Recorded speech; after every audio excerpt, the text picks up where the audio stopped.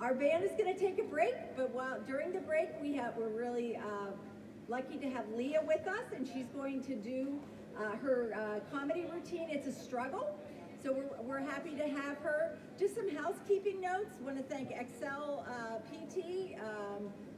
Oh my goodness, Brittany and Crystal for being with us today. That's pretty good, right? Did I get that? Yeah, okay.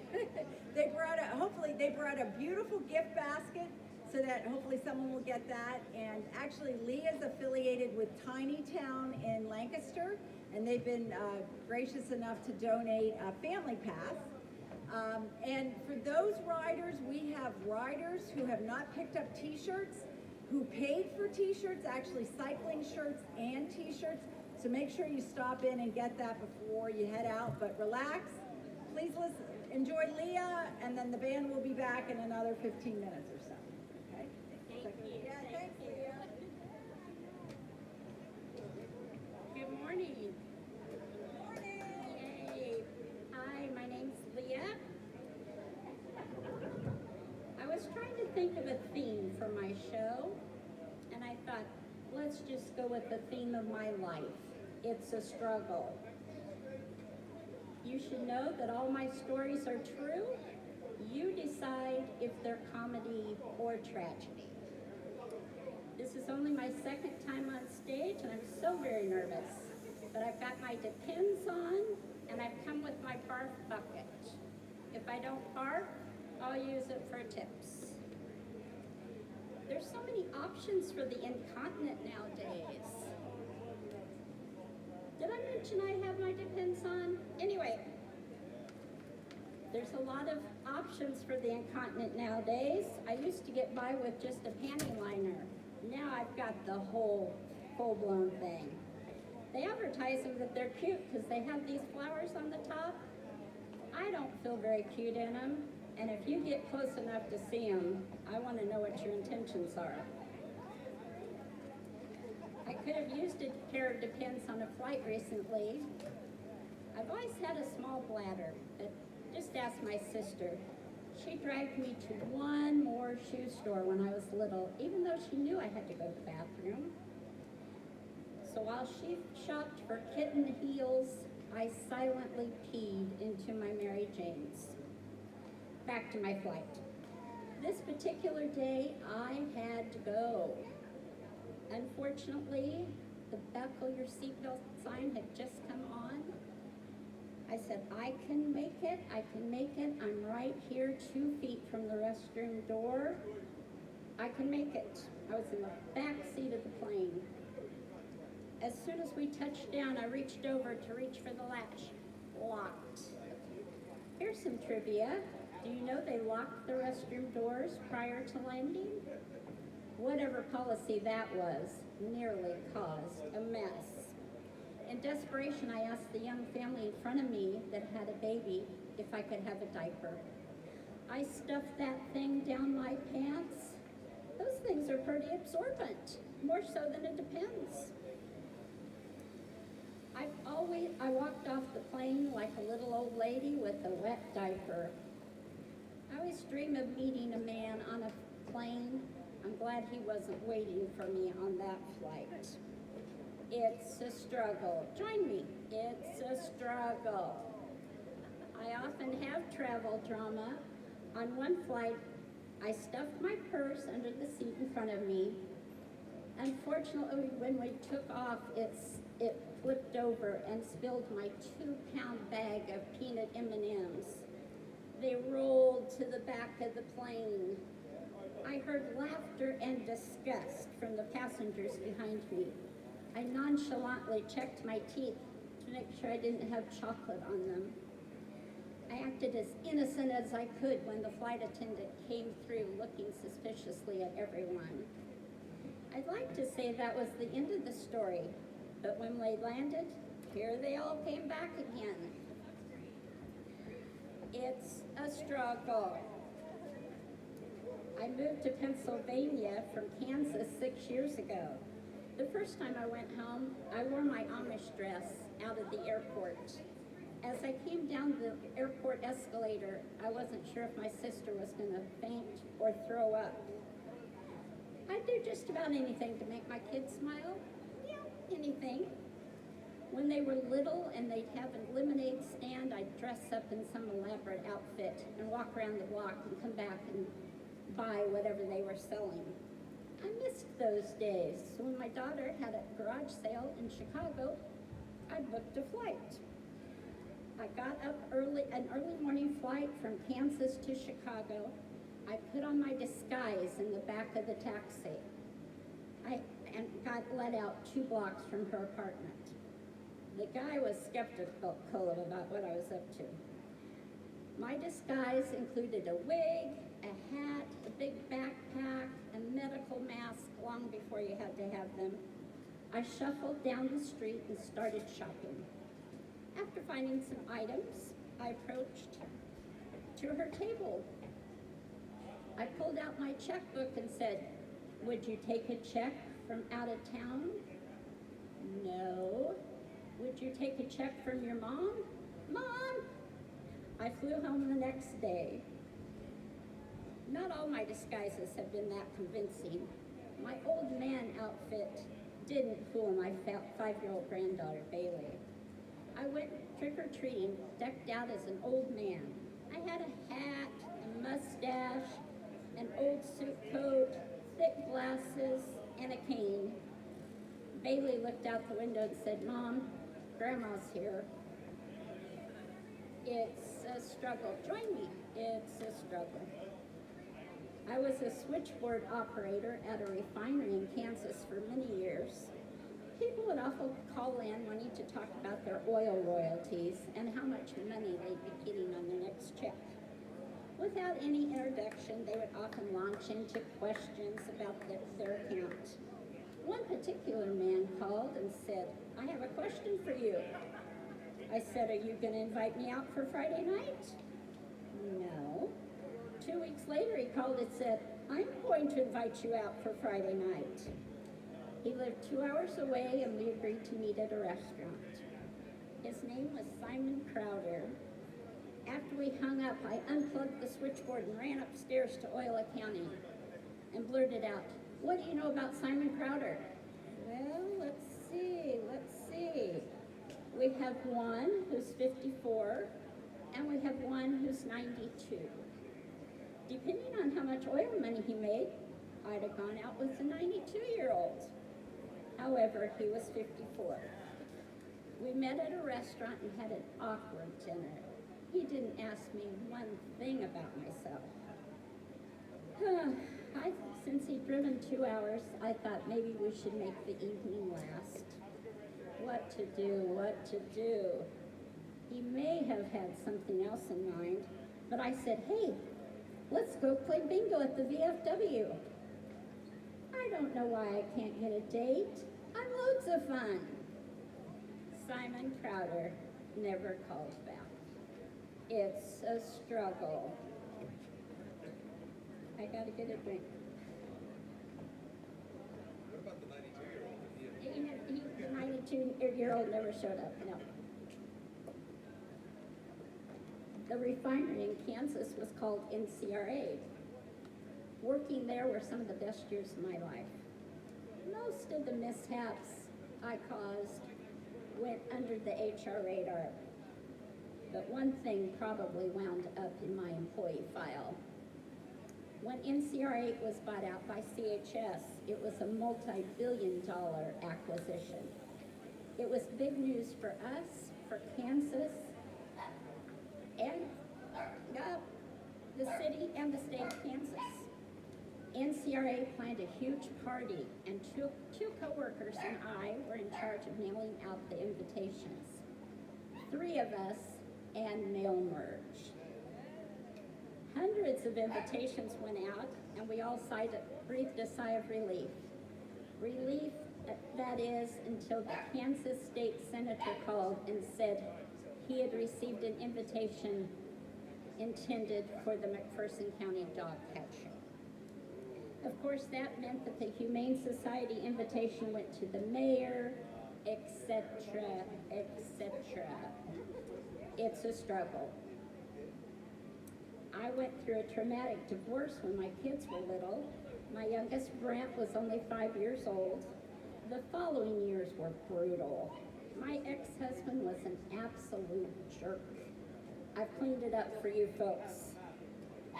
Through the years, I was just looking forward to when Brent turned 18 and the ties with his dad would be loosened a little. I'm not the only one that has wished for those years to be over.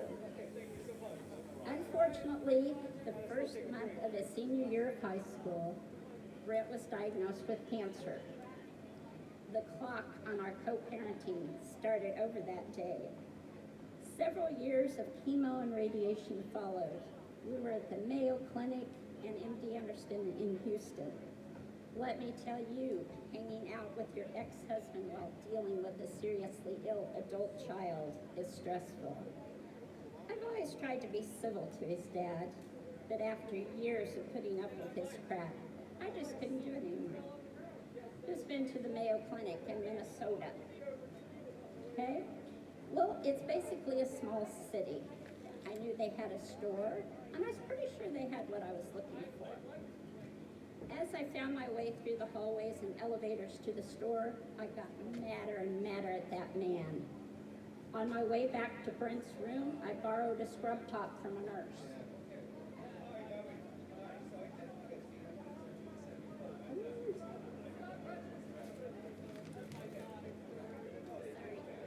Sorry. And I stole some gloves from an unattended cart. They should hide fingerprints, right? When I got back to Brent's room, his dad looked at me curiously. I said, I have the diagnosis for what's bothering you.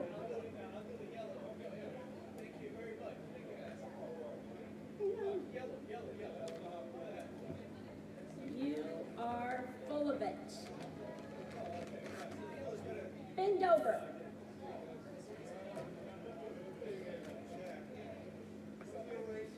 When I first moved to PA, I visited my daughter's church. I was pleasantly surprised at all the single, handsome men in the congregation. My hopes were dashed when the pastor said, let's pray for the women as they come back from spring retreat. It's a struggle. As much as I loved my job in Kansas, I wanted to be closer to my kids in Pennsylvania. I had trouble getting settled in when I moved. I had a job lined up, but I couldn't start until I got my Pennsylvania driver's license. Little did I know my Kansas license had expired. Oh, they have a plan for that. I had to get a learner's permit, not with the driving hours, but the physical and the written test. And so it began, the DMV saga. I failed the 2 written tests, passed the driving test, but not parallel parking.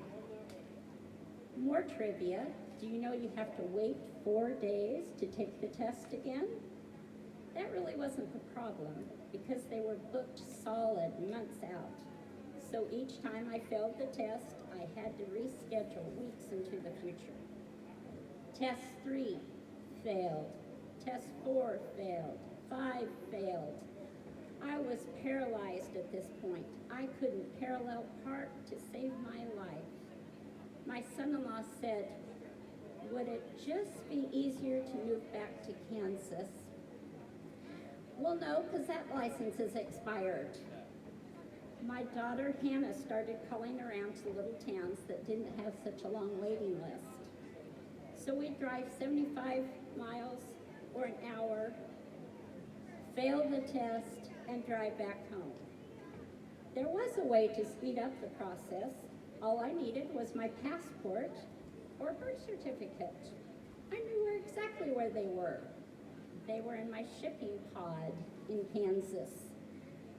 I asked a good friend if her and her husband would drive 60 miles to dig through my pod. Sounded like fun, right? It wasn't. It was like looking for a needle in a haystack.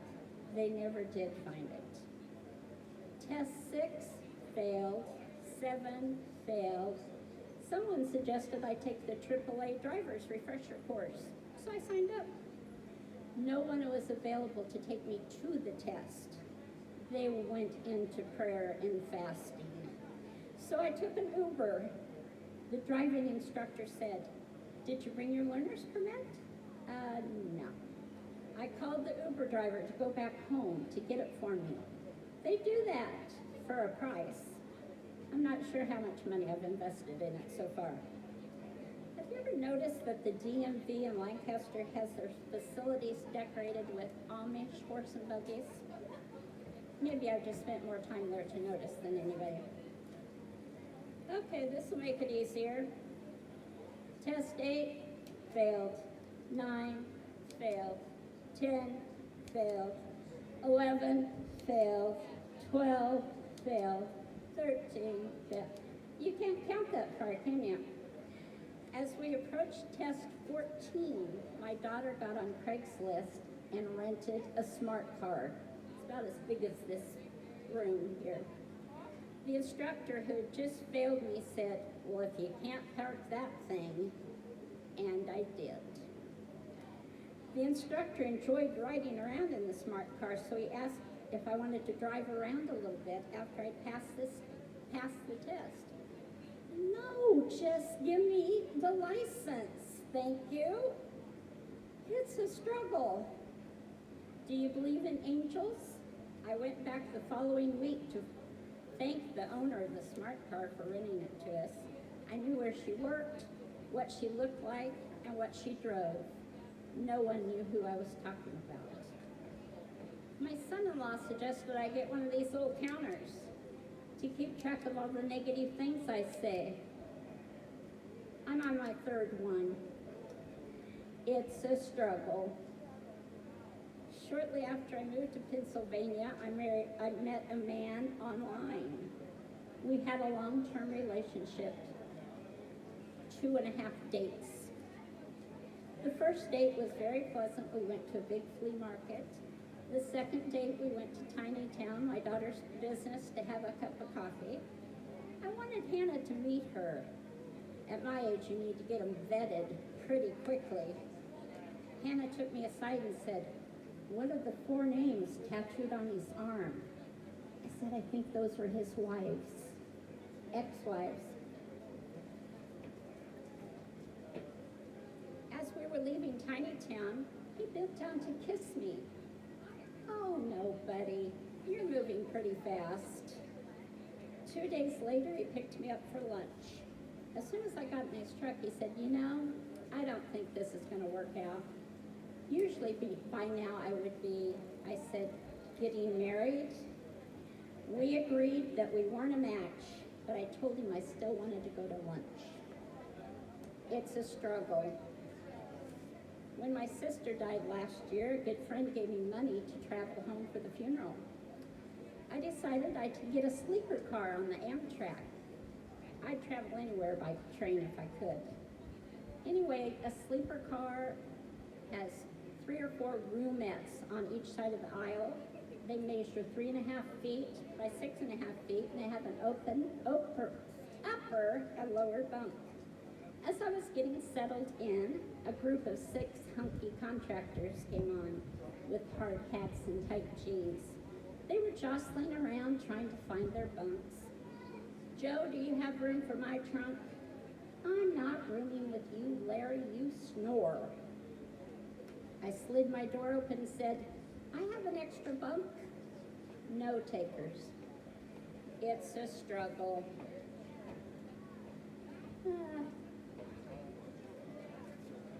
Hang on.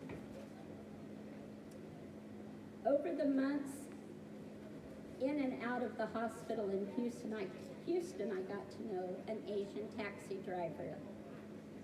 We'd had so many rides together, and he knew of my constant struggles to find a man.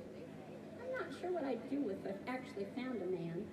Well, I have a couple ideas. On one trip, he said, "Leah, why no husband? You cute, you funny, you lesbian?" Hopefully with the struggles that you face, you can laugh at them as much as we have this morning. Thank you very much. Thank you.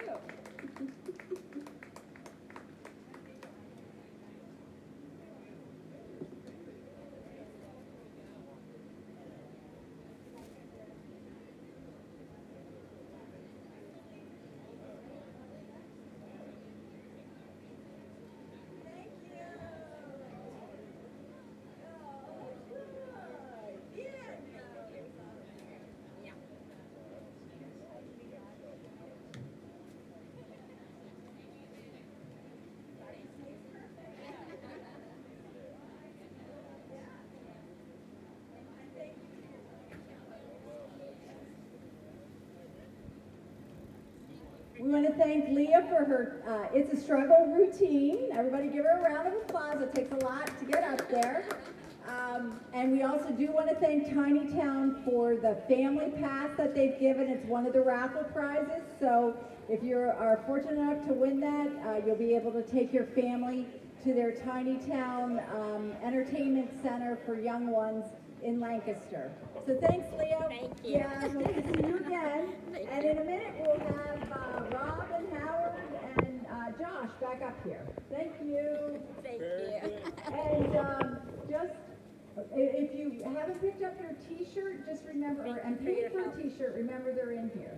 Thanks, everyone. Thank you, Okay, Cheryl. guys. Yeah. Oh, I appreciate your support. Oh, sure. Thank you. Thank you.